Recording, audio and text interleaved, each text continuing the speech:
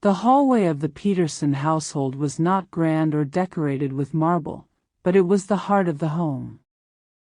Every guest who entered was greeted by the scent of flowers in the corner vase, a mirror on the wall, and, unfortunately, by the untidy sight of shoes scattered everywhere. Sneakers, sandals, boots, and slippers lay in no particular order, forming small mountains that threatened to trip anyone passing through. And at the center of this chaos was Emily, a lively 20-year-old with blonde hair that shone like sunlight and a love for fashion that seemed endless. Emily adored shoes more than anything else. Every day she wore a different pair, sometimes bright red heels, sometimes pastel sandals, sometimes stylish sneakers. She prided herself on her collection, calling it art for the feet. But once she came home, the shoes had no home of their own. They were kicked off in the hallway, abandoned wherever they landed, as Emily dashed toward her room or flopped onto the sofa to scroll through her phone. Her mother, Margaret, had been patient for a long time. She was a dignified woman in her 40s, with calm brown eyes and a presence that commanded respect. She preferred order in the household, and she wore her dark dresses neatly, always with a polished touch. Day after day, she told Emily to put her shoes properly on the rack. Day after day, Emily nodded absent-mindedly or muttered, "I'll do it later, Mom," and forgot within minutes, but the mess grew. Her younger brother had tripped twice already. Guests had raised their eyebrows. Margaret had picked up more shoes than she could count. And Emily, well, Emily still thought it was no big deal. One Thursday evening, the scene repeated itself again. Emily returned from the shopping district wearing a pair of glittery gold sandals, her blonde hair tied in a messy ponytail, her pastel pink blouse slightly creased from the long day, and her jeans rolled at the ankle. She pushed open the front door, humming a tune, and kicked off the sandals right in the middle of the hallway before tossing her shopping bags onto a chair. Without so much as a glance behind her, she strolled toward her bedroom. Minutes later, Margaret walked past the hallway. Her eyes fell immediately on the sandals, glittering, careless, lying apart from each other. A deep frown crossed her face. She had spoken gently, she had spoken firmly, she had even warned. But this felt like open defiance. "Emily." Margaret's voice rang through the house. Emily popped her head out of her bedroom door, her phone in hand. "Yeah, Mom? Come here. Right now." Something in her mother's tone made Emily's stomach flip. She slowly walked toward the living room, her jeans brushing against her ankles, her bare feet padding softly on the floor. Margaret stood in her black dress near the couch, arms folded, her expression serious.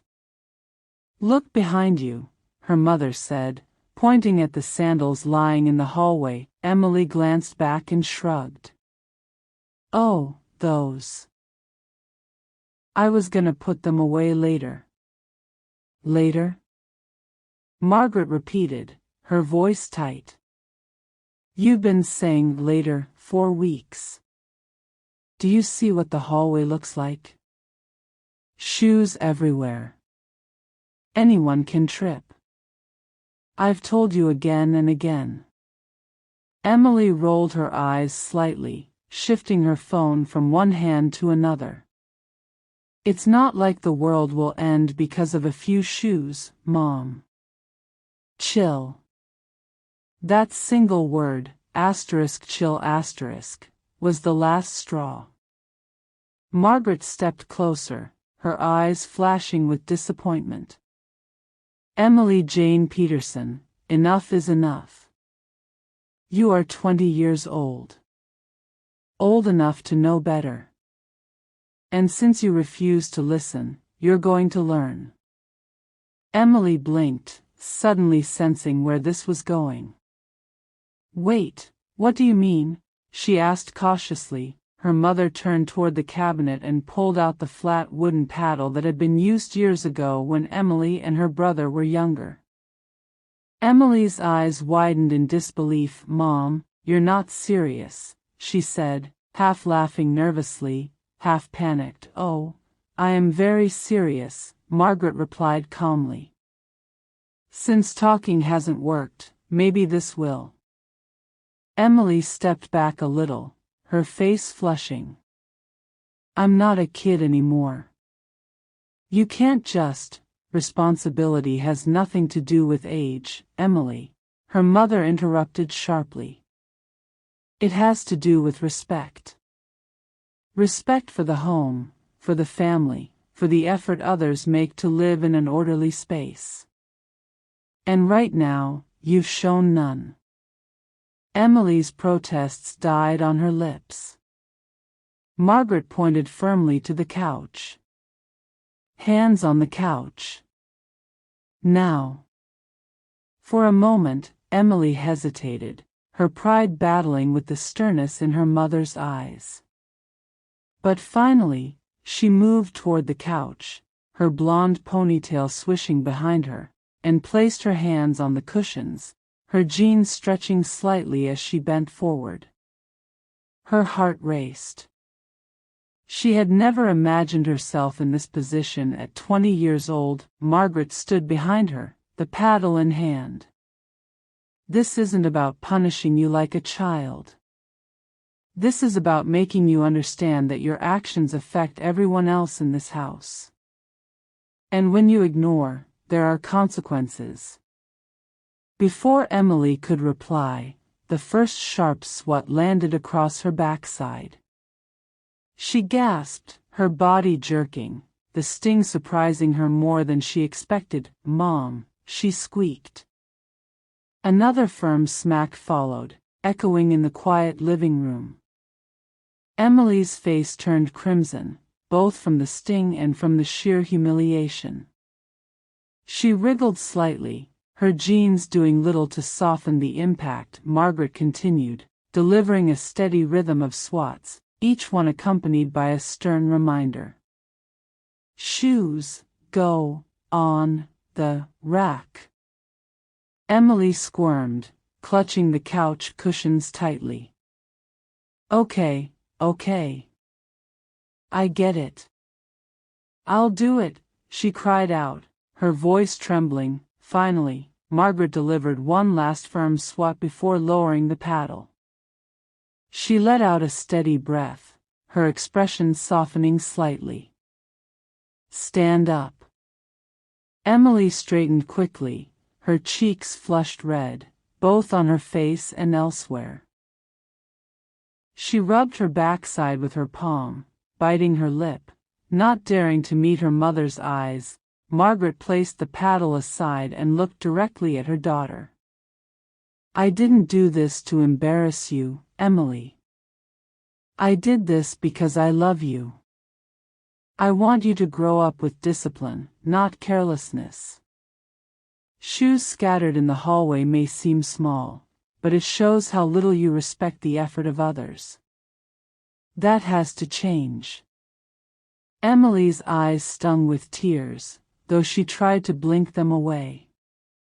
I'm sorry, Mom, she whispered softly. Margaret's voice was gentle now. She stepped closer and placed a hand under her daughter's chin, lifting it slightly. From now on, when you come home, shoes go directly on the rack. Not in the middle of the floor. Understood? Emily nodded quickly, her blonde hair bobbing. Yes, Mom. I promise. No more mess. That night, the hallway was finally clear. The glittery gold sandals rested neatly on the rack beside the other pairs. For once, the space looked tidy, almost elegant. Emily passed by several times, each time glancing at the rack, as if reminding herself of the lesson.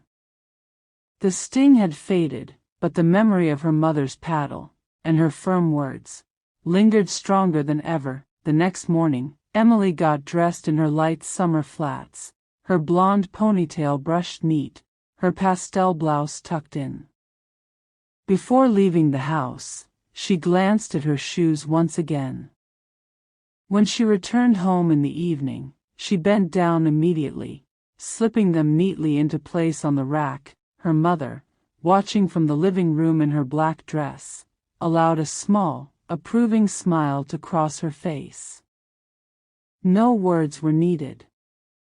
Emily had learned the lesson: responsibility wasn't optional, and respect for the household mattered as much as fashion ever would.